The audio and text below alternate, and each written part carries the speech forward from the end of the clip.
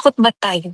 Sa akin What adjustments did we do? Yeah, we do our best talaga to set regular virtual dates to stay alive. yes, oo. Anong yes? To stay alive, sabi ko. Hindi ka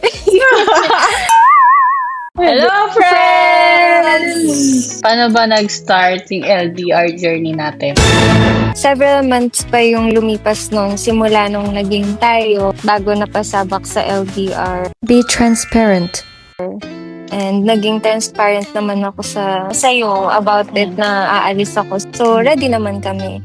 Saka nag-usap kami kung paano yung setup or kung ano yung mga gagawin. Make plans. Bago talaga maging tayo, you have plans na kasi, diba? Na Yeah. from the start naman, nabanggit mo na yun. Yun yung plano mo para makatulong sa future mo. Nakaplano na talaga yung mga gagawin ko. Mm-mm. Pero dahil andyan pa, syempre, kailangan sabihin ko sa'yo kung ano yung mga balak kong gawin para aware ko din. Gusto magkasama na tayo sa journey na to. Talk about your feelings. Takot ba tayo? Sa akin no. Wala. Ako din. Excited pa nga ako kasi it's for us naman. Yes, yun din yung Diba? iniisip ko. Clear ng plans, yung goals. Yeah. Tsaka, kumbaga, naipaliwanag or nai-open natin yung lahat bago tayo sumabak sa gantong journey.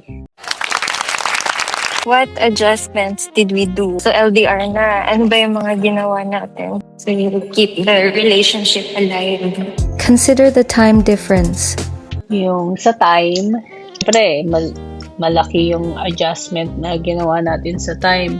Nag-schedule tayo ng mga calls, pag-uusap natin. Kasi, pagdating mo pa lang dyan, syempre, ikaw, mag-a-adjust ka pa lang. Hindi naman pwede agad-agad na tawag agad tayo. Syempre, ikaw parang inaalam mo pa. Inform natin sila, ilang oras ba yung time difference? Then yung sa time difference kasi natin, 1 hour behind dito sa Pilipinas. Tama? Tama ba, Lab?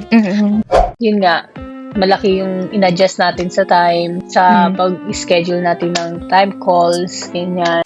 Nag-schedule tayo ng mga calls sa gabi, pagdating mo from work, ganun din ako. Plan your virtual dates. Yung dates, yung banding natin. Yeah.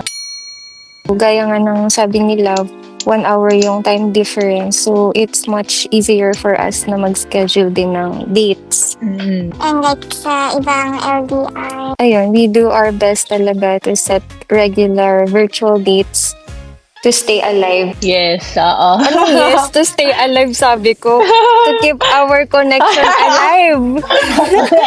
Hindi ka Joke pala yun, joke.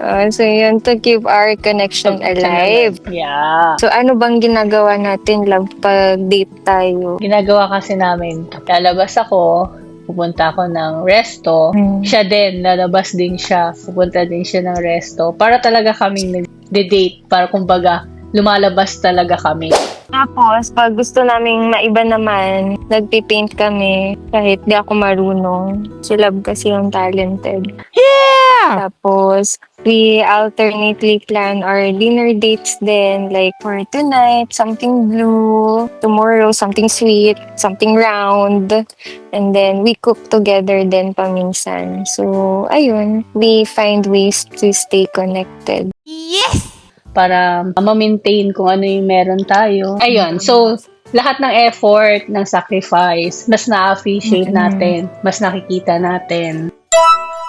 It's hirap, but it's all worth it naman in the end. Yes. Okay, next. And the last one. Get excited for what's ahead. What are some of the things you want to do the next time we are together? Excited ka ba?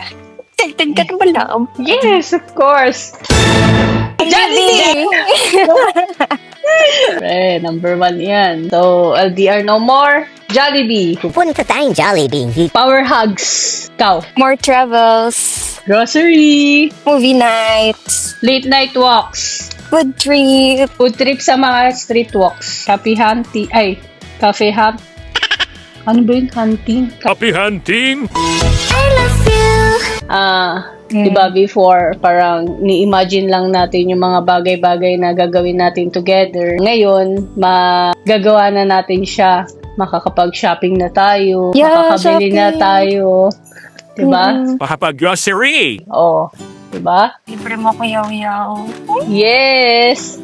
Tapos makakapag-date na tayo. Date na as in, Yes. magkaharap tayo, diba? Mm-mm. Kasi pag LDR, kasi kulang tayo sa physical intimacy. So, after ng LDR journey natin, mas magagawa na natin. Can okay close? LDR no more. Yes. So, more quality time together. Thank you for watching until the end of this video. Wait.